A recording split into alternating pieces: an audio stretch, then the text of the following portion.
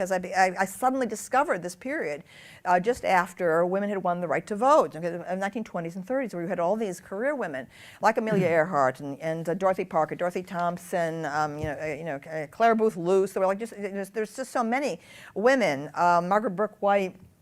And so by the time second wave feminism revived, okay, which was with Betty Friedan's co-founding of NOW in 1967, I was out of sync with them. Okay, so when suddenly they revived and began complaining about men and all that stuff and so on and so forth, and I hated it. Okay, and I was it was early clashes that I had with those feminists from the start. I tried to join second wave feminism, and they wouldn't have me. They kept them because I would not badmouth men. Because you see, these women like Amelia Earhart and so on, they did not badmouth men. Okay, they admired men. They admired what men had done. Okay, and what they said was, we demand equal opportunity for women, which give us the opportunity to show that we can achieve at the same level as men, as who did all these great things. That was not the tone, okay, of second wave feminism from the start. It was always like, patriarchy, blah, blah, blah, like this and so on.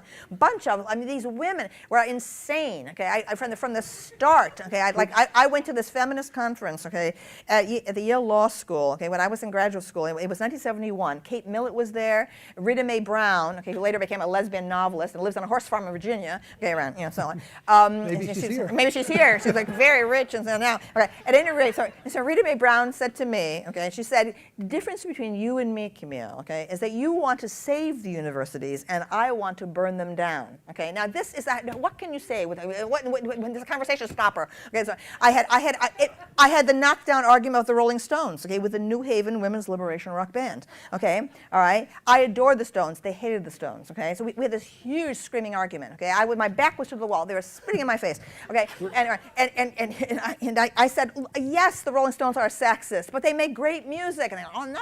I said, all right, let's take Under My Thumb. Under My Thumb. Yes, it's sexistly, but it's a great song. It's a work of art. Okay, and so on. And these women, okay, said to me, they said, art, nothing that demeans women can be art.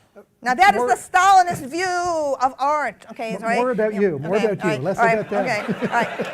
Then there was, wait a minute, then there was the argument that I had. Okay, this is Amelia Earhart. You asked me about Amelia Earhart. Yes, okay? yes. Right.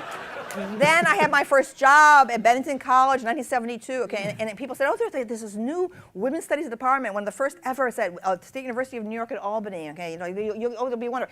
Okay, so they're feminists, I'm feminist, okay, all right, so we had like a dinner, okay, we're going to go to a lecture, okay, and so on, and we didn't get through to dessert, let me tell you, over that dinner, okay, because we had this screaming argument about hormones, okay, they denied that hormones have the slightest impact on human life. They said hormones don't even exist, okay? They told me I had been brainwashed, okay, by male scientists to believe, and these are women who are in the English department, a wonderful education they had in biology, and so on. And so, at any rate, Amelia Earhart, okay, yes, of course, never was like this with men, because this is the point. Okay, so Amelia Earhart has in fact, my next book, my next essay collection, I'm going to reproduce the page from Newsweek magazine, okay, 1963. Okay, I wrote in a letter to the editor that was like their number one letter. I'm 16 years old, okay, at that point, okay, and what was it? Oh, I know it was. They put a picture of Amelia Earhart there, and it was Valentina Tereshkova, okay, had become the first woman in space, okay,